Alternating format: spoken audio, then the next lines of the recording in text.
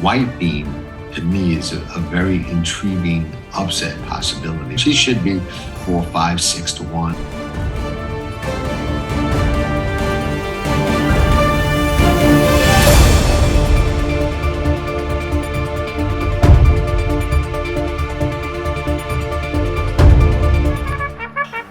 Thank you for visiting Past the Wire TV, the YouTube channel of PastTheWire.com.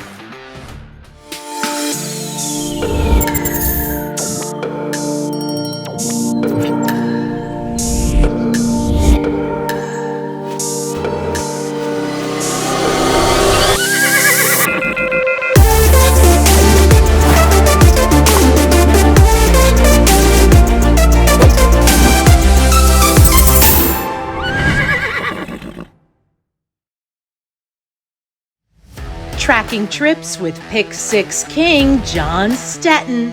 It's one of the best tools in horse racing for any level of player. It's your second set of eyes, spotting troubled trips, betting angles, track trends, horses to watch and favorites to fade, 10 figs, ticket structure, and more.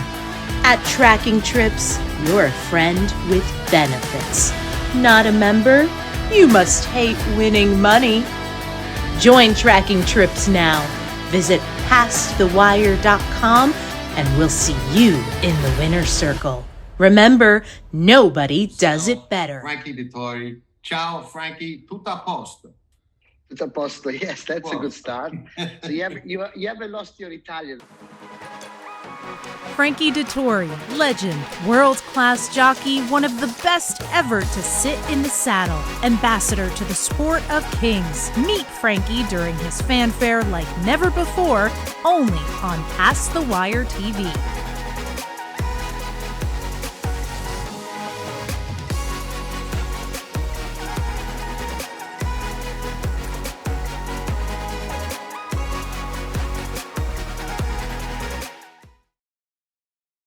Keri Brion, welcome to Past the Wire TV. I feel like, because we wrote an article or two about you when you first went out on your own, I feel like you were already a friend of the show and that we know you, even though we're first kind of meeting now. So welcome on to the show.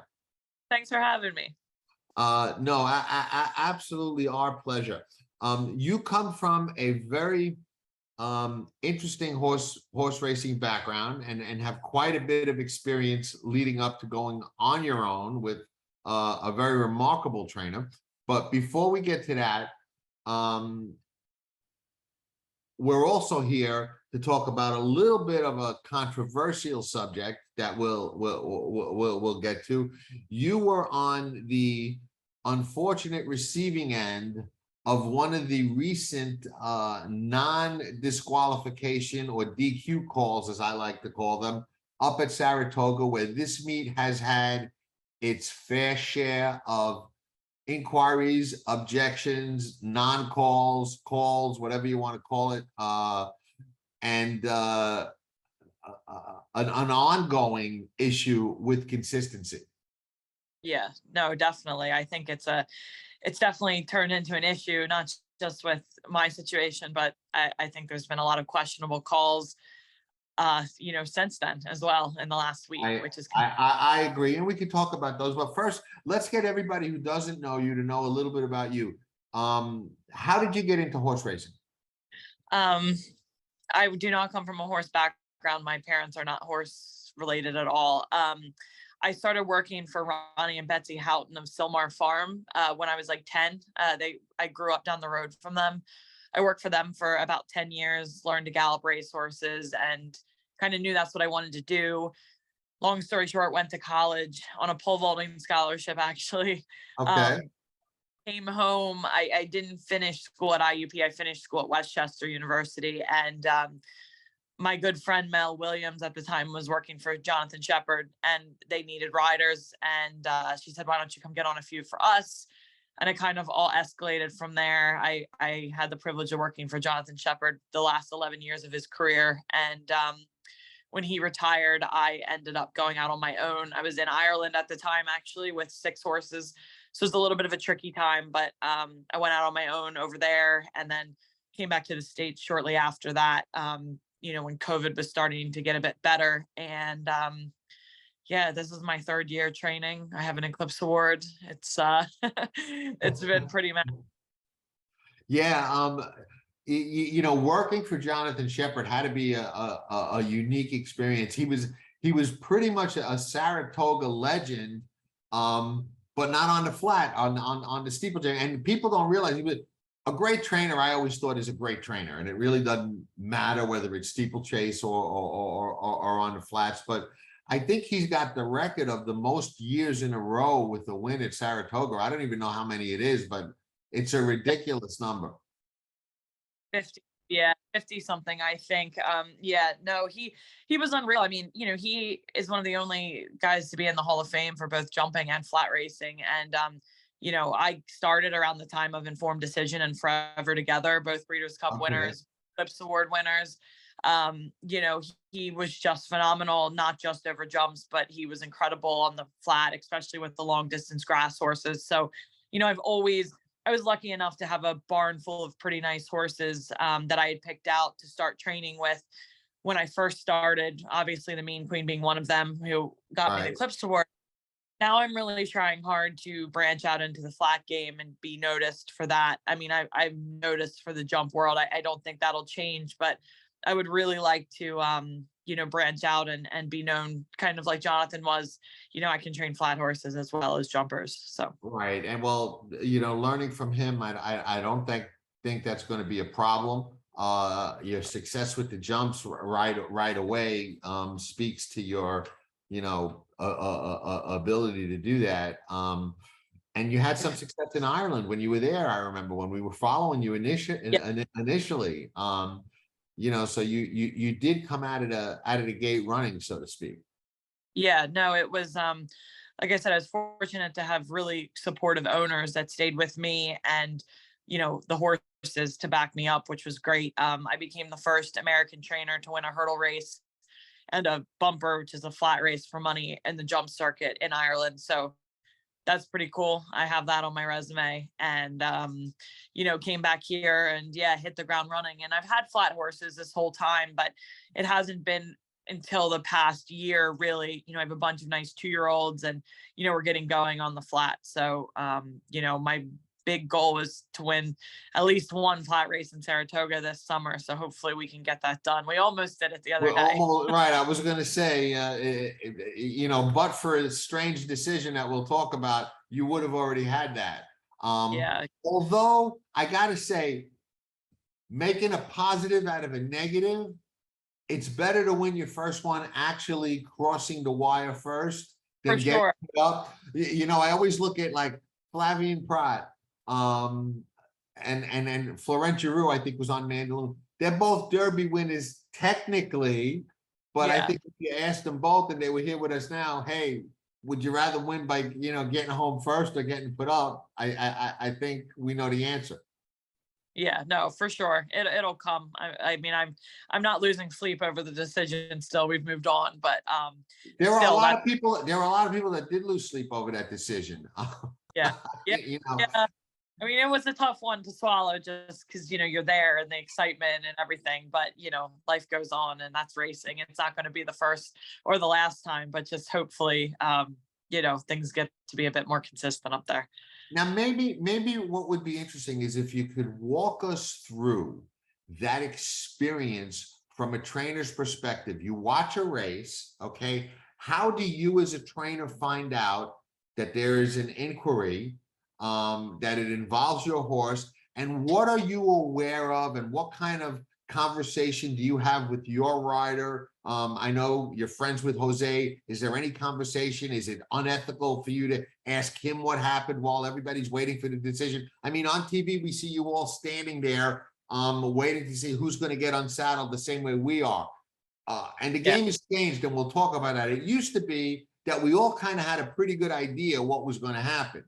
Nowadays, I don't think we do. I think we're all standing there saying, I don't know, we'll see. So Yeah. Right. Walk us through it from you. You're watching the race, and When how, the race, I said, when this horse switches leads, he's gone, and he was coming. And I could see it plain as day that he got stopped. I mean, you could tell, that Jose's horse drifted out and Manny had to take a pull. So, I mean, I was ready to put a trainer's hold on the race anyway. I was just waiting to see. And then shortly after they crossed the line, there was a Stewards inquiry and running and stretch. And I was like, all right, that's fine. Manny came back. I said, what do you think? He goes, I mean, he got me stopped. I got stopped. So he went to the phone. They're showing the replay up on the big screen. My phone starts blowing up. So all, my assistant and a bunch of people at home that are watching it on FS2, which has Gary Stevens and all of those guys on there,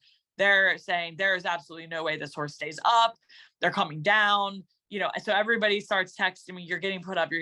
And I'm like, I don't really want to get too excited. I'm watching, the two of them are, talk to the stewards. Everybody's kind of waiting. Like you said, I'm friends with Jose. Like it's not personal. I mean, he didn't do anything on purpose. It's just one of these things that happened to be Jose.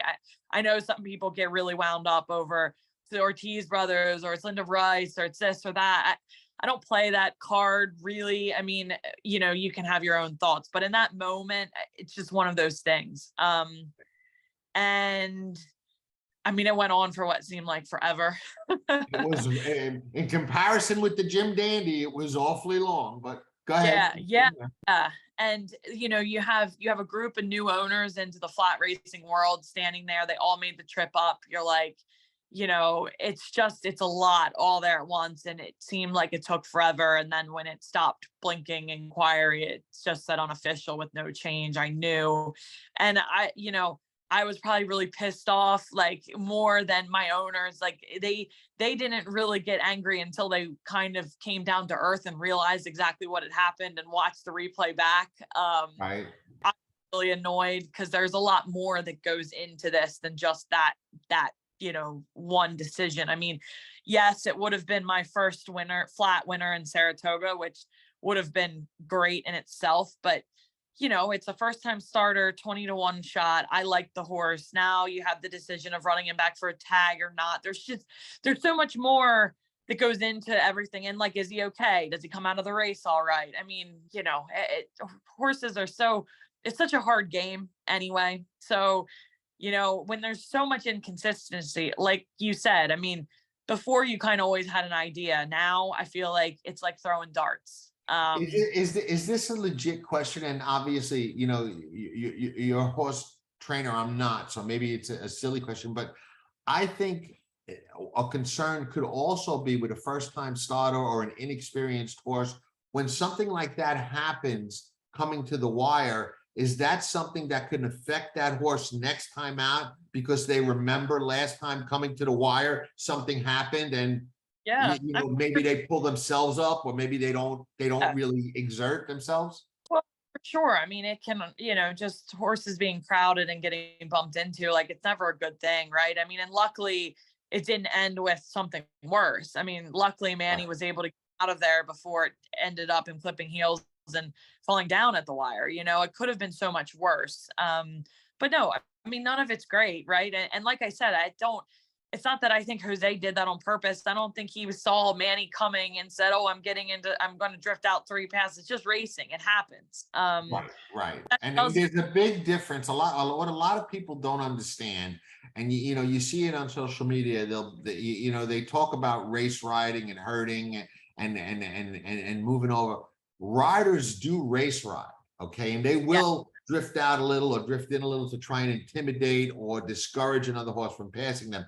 But there's no rider out there that's sane enough to compete in our game without being flagged or sat down, that's going to deliberately clip heels, because they can go down as quick as the other guy. I mean, nobody's going to do that intentionally. Or, look, my horse kind of switched leads and was coming. I mean, he was coming fast. And if he was just kind of belatedly getting there, I don't think it would have been that big of a deal. But I think he was just on top of Jose before, there was time to do anything else. And Jose was drifting out. And, look, it's just one of those things. Like I said, it's not that we don't need to go back over. It's just more, it's just more the fact that, we,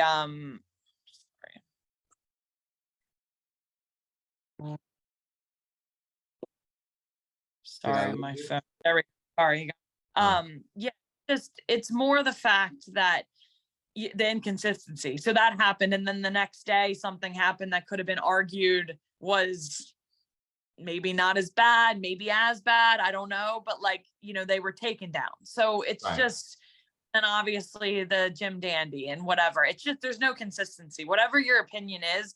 And I know people have conflicting opinions, but I think everybody can agree that there's no consistency to the calls that are being made. And I think that's the biggest problem. I was the victim this time. There's been plenty of other victims in it and lucky people in it. I mean, it is what it is, but I think the inconsistency is really concerning. It's a funny thing. A lot of people don't realize how this all came about. And I've been around the game so long that I actually watched it evolve. It used to be years ago at NYRA. Okay, the rule was basically a foul was a foul. Okay, and if you fouled somebody, you were getting disqualified. There was no category 1 and category 2 where it might have cost a horse a chance at a better placing, or it might have cost a horse a better placing. That's very subjective and introduced later. And the reason that was introduced is because a horse, let's say, would win by 5 lengths. Okay, but there was a foul somewhere in the race. And people would say, well, you took my horse down and it didn't affect the outcome of the race. And that introduced the, did it affect the outcome of a race argument? Yeah. And did it cost a placing argument? And we've now evolved to a very subjective, opinion-based thing.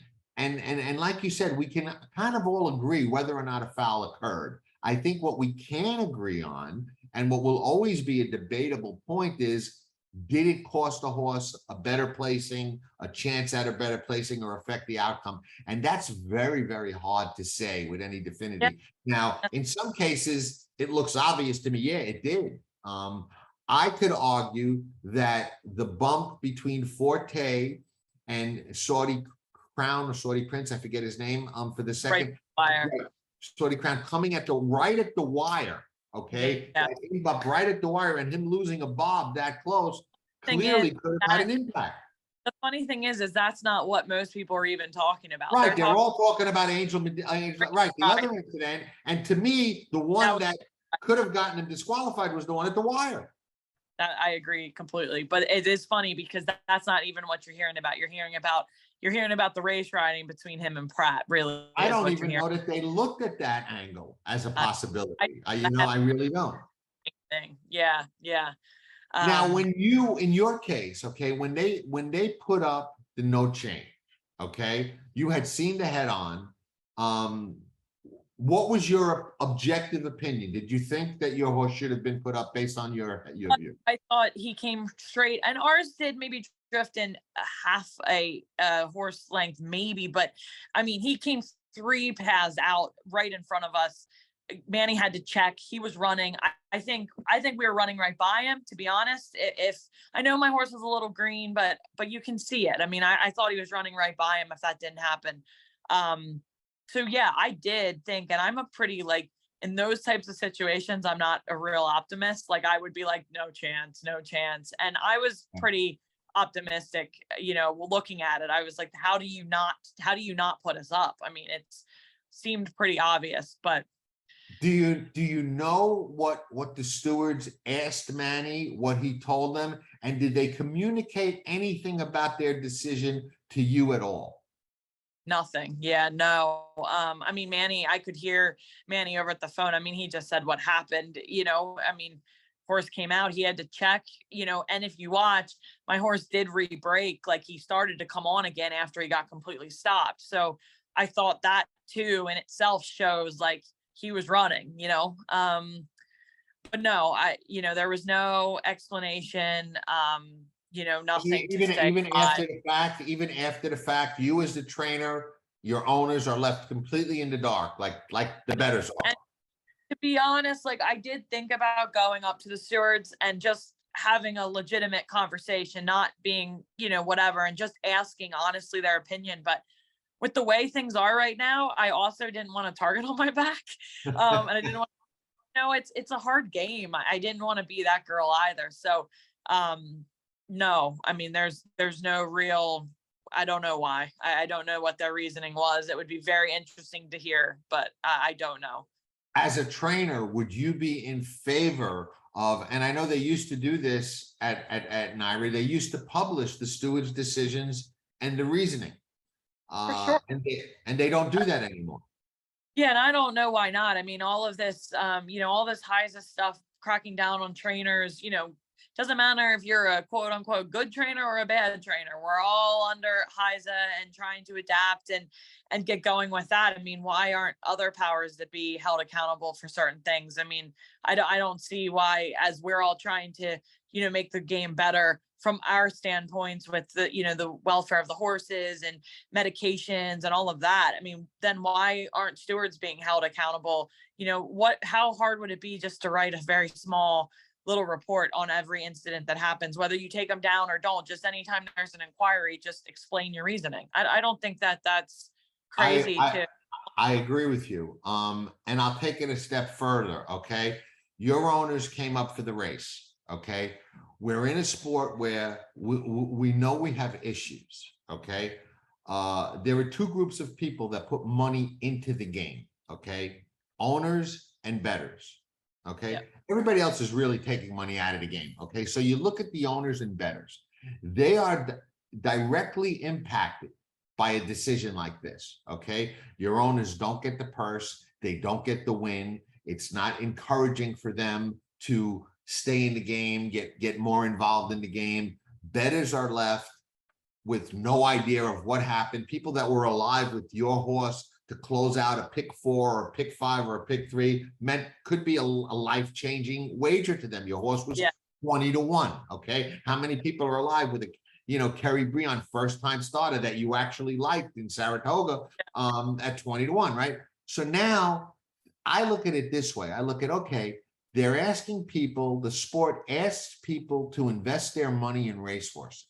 Okay. They ask bettors to bet on a product. Okay. And now you have a controversy, you have something happen in a race, and you kind of expect us all, bettors, owners, trainers, you're at the barn, what time every morning? 5 o'clock, 6 o'clock in the morning? All right. All there all day. There's no days off. We know that, they kind of want us to just, okay, this is our decision and that's it. Move on. Trust us. We looked at everything. We considered everything. And you and I are talking about, and we're both experienced people in the game in different areas, but we're talking about the Jim Dandy Stakes at Saratoga. And we both have a question in our mind as whether or not they looked at the quote crucial incident in the race coming at the wire. I think that the stewards' conversations with riders and their own deliberations should be public. We should be able to hear them. Yeah, I agree. Or at least see a transcript of it. You should be able to see a transcript of it and know, if I trained the horse that runs second in the Jim Dandy, I'd want to know, did you guys look at that bump at the end and what did you think? Did you think that didn't cost me the bob? I lost by this much? Exactly. Yeah, no, I mean, I think it's so obvious. I don't know. Like you said, they used to do it. They used to write a little blurb up about every inquiry and give their thoughts. Like, I don't understand why that stopped and why it's just not a practice that's being, put in place. I mean, whether we agree or disagree, at least there it is, instead of having to question, well, why that wasn't, but that one was, and that one's not. I mean, right. And listen, we know in advance we're not always going to agree. There's always going to be people that base their opinion on whether or not they won or lost. Okay. Exactly. Always going to be that. Okay. Yeah. But like you said, I think if we're investing our money into the sport, we're entitled to know how they're coming up with decisions. Definitely. I mean, like I said, I don't see it any other way, really. I don't think that that's a crazy thing to be saying, especially with the way the sport is at this stage. I mean, they want transparency from the trainers They want transparency from the vets, and that's all great. You know, we need to clean the sport up, but then I want transparency from the powers that be. Then, you know, then let's Right. just get, and it's fine. Whatever decision they came to, for my horse, for example, look, it is what it is. That is what they decided, but it Right. sure would be. I mean, I haven't seen one person agree with that call anywhere. So Me neither. let's hear why. Let's hear what their reasoning was. You know. I agree. And you know, another thing I think that's really never been explained, and I guess it's kind of an unofficial rule now, okay? Out of the gate, almost anything goes. You never see an inquiry out of the gate. I don't care what you do to another horse out of the gate. So I guess they've adopted that riders can't control horses out of the gate. And now going back to Naira in the 70s and the 80s, a foul out of the gate was the same as a foul anywhere else in the race. And let me tell you something, if you watch all the head-ons from back then, those guys came out straight because they knew if I bump somebody out of the gate, I'm going to come down. Yeah. Yeah. I mean, that's a whole nother thing too. I can't tell you the last time I saw an inquiry out of the gate, other than like if a horse stumbles or something like that, you know, Right. Rider to rider, horse to horse. Yeah. I never see that anymore. I mean, I've seen horses come in and take 4 or 5 horses right out of the gates, and you can't argue you didn't cost those horses a chance at a better placing, but out of the gate, it's okay, you know? Yeah. And that, I think, actually started, the first one that I remember was Bayern in the Breeders' Cup Classic, where, I mean, I can't tell you how many people involved in that race and that decision that I've spoken to, quote, off the record, that couldn't believe the horse didn't come down. Yeah. Yeah. I mean, and then the problem is like, so you now allow it. So when something really, really bad happens, what do you expect? I mean, it comes down to, people say about riders riding a certain way, but when they're never punished or there's never certain repercussions, you're going to keep doing it. I mean, that's just the way, that's how life works. If you're not getting in trouble, why would you stop? You know? Right. The same with all of that, I think, you know, but I mean, I'm not a steward school. I'm not pretending to be, but it's just, some of this is a little bit, when I say common sense, I don't mean that in an insulting way, but you know, we want to just know, it looks black and white to us in certain times, and it's clearly not. We're missing something that they're seeing. So I just think it was good on their end to let us know, you know, case by case, how they see it. 100% in agreement. And I think it's hard to logically disagree with that point of view. I really do. I mean, I'd love to have a Naira Steward on. I did speak to 2 stewards at other racetracks, okay? Yeah. About the incidents and whatnot. And, you know, they both had similar opinions. They both agreed with us and disagreed with the calls. Yeah. But they did add something that is a little bit enlightening. They were like, you know, after you're a steward for a while, you kind of learn that you're in a thankless job and you're never going to make everyone happy, and you just kind of you just kind of do your job. And I get that, but it's not an excuse for the inconsistency and the lack of transparency. You know, like, really what it is. I played softball in high school, right? And it's kind of like, you know, you have your different umpires and you know where the strike zone is. And like, they might all be different, but you kind of find the consistency with that umpire, right? Like, oh, his strike zone's a bit higher than others or a bit lower. I mean, it's the same here. Like if they called their calls a certain way and you kind of knew, that's the type of thing. It's okay up here. But it's always that way.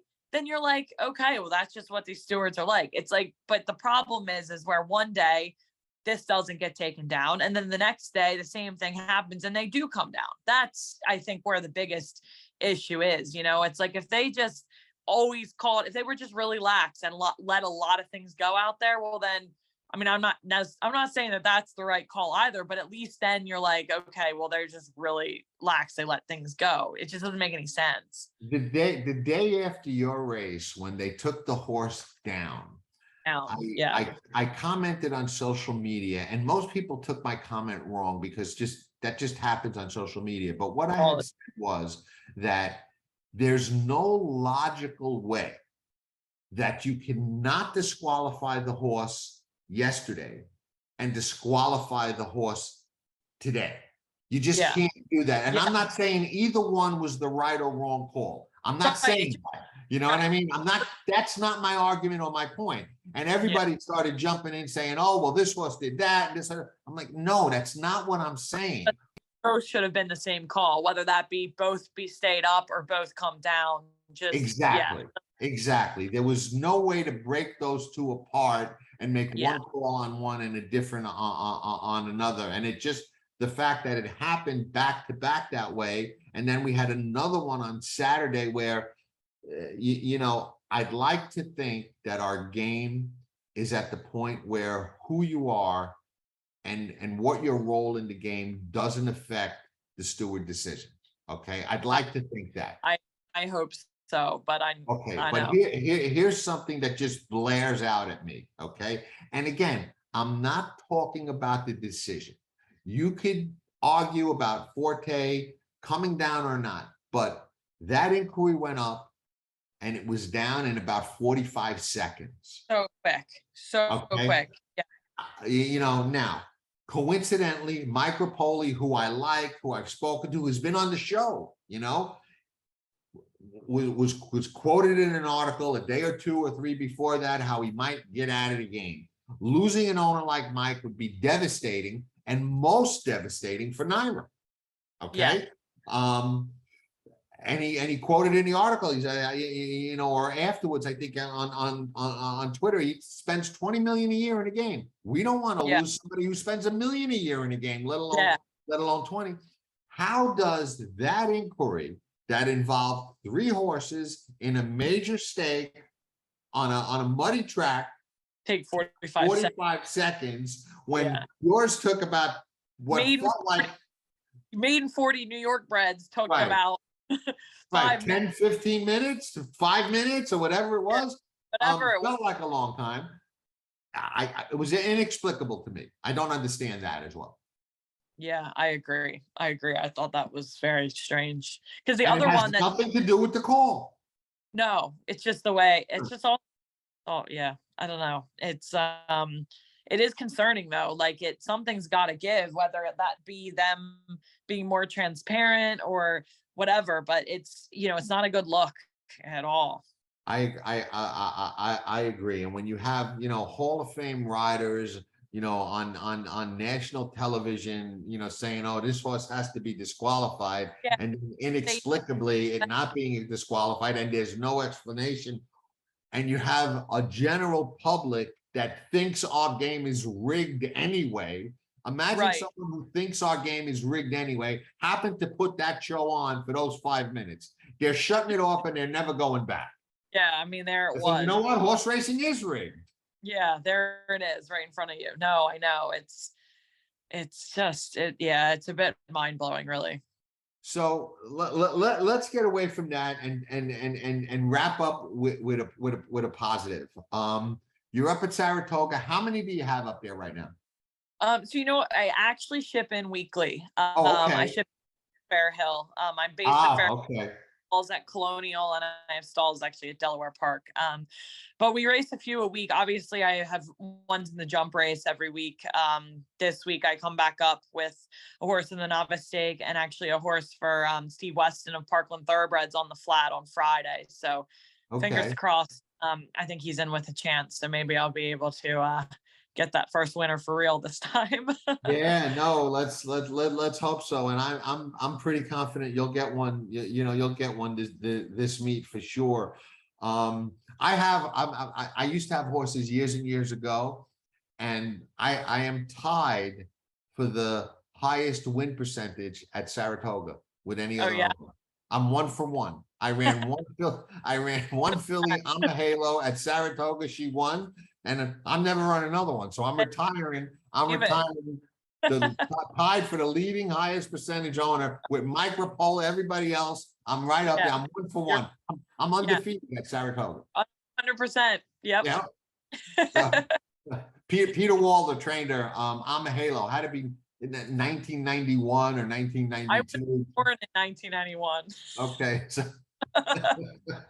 well, oh well, but yeah, we're 1-for-1 at the spa. So yeah, that's great. Let me ask you this.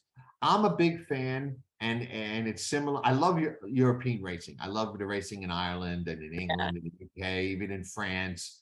Love it, love it. Don't follow Hong Kong and some of the other places as much, but England, France, and Ireland, love it. Okay, Yeah. watch it as much as here. And it's more of that old school style of racing. Now, all of those people, they train on their private yards, ship into the races, similar to the Fair Hill situation. Yeah. Is that an advantage? Do you like that? I mean, I like, talk to me a little bit about that. I do. I love it. I think, you know, a big thing is just like these horses being able to be treated like horses. They all get turned out before they get ridden. And then we, you know, they train, I mean, they train like regular race horses, but we have out back, we have a bunch of hill gallops, you know, on the grass. And like, we just have so many options there. And the horses really, like, I've gotten horses that were refusing to train at the real racetrack, and they come to me and we get them going and whatnot. They just kind of get a different lease on life. I think they're happier horses not having to go around in a circle every day. Not saying I won't have stalls in Saratoga at some stage. I want to have a big enough string that it makes sense to do it, you know, horses for Saratoga. But it's funny because everyone's like, Saratoga's like, great, don't you love it? And I do love it. But it's still a racetrack that the horses run around a left-hand circle. I mean, what they have at Fair Hill is just, it's totally different. You know, they get to train out back and up and down hills. And yeah, I think it's really good. It's really good for horses, their minds and everything else. So I take complete advantage of that. Yeah, and I love the uphill, downhill training. I mean, when those European horses come here and I know they race and run uphill, I'm like, that's got to be an edge against all that very last 16th of a mile when everyone else is starting to feel it in their legs. When they've trained up those hills, it kind of, you know, it really helps. Right. Keri, thank you so much. I am sure there are many races up at Saratoga with your name on them and all over the world. You've already won in Ireland.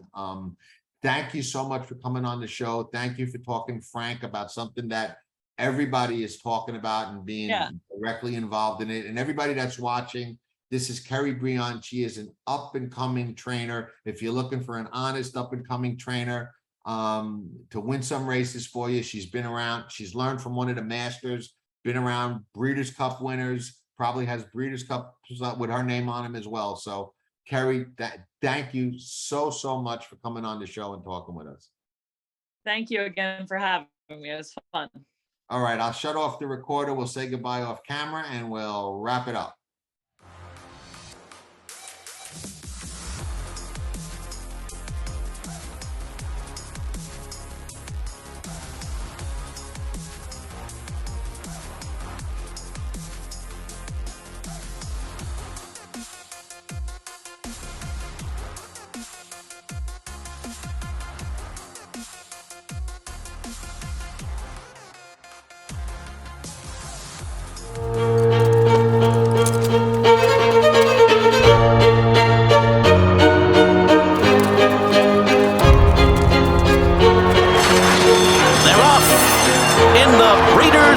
Classic. Vino Rosso has taken the lead, and it's a vintage performance by Vino Rosso.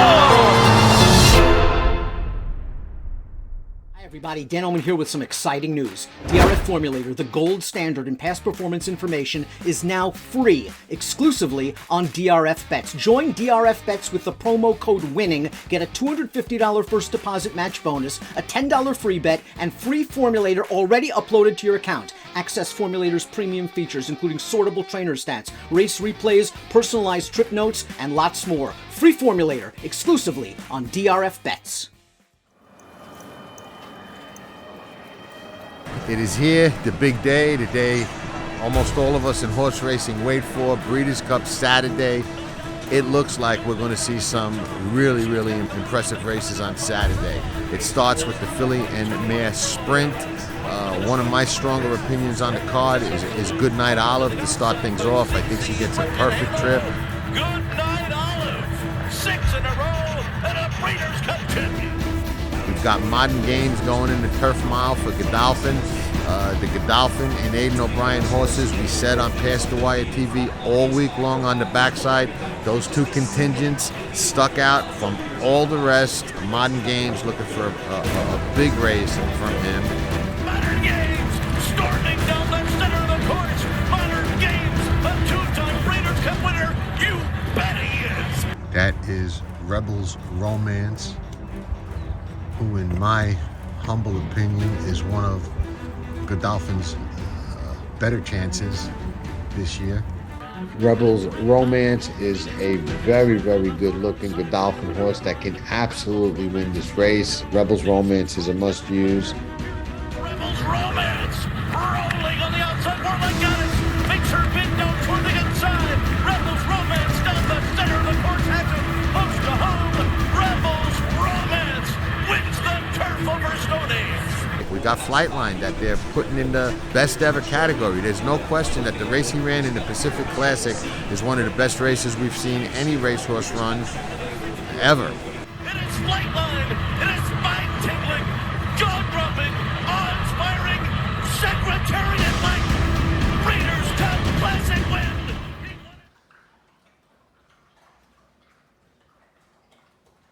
Does it better.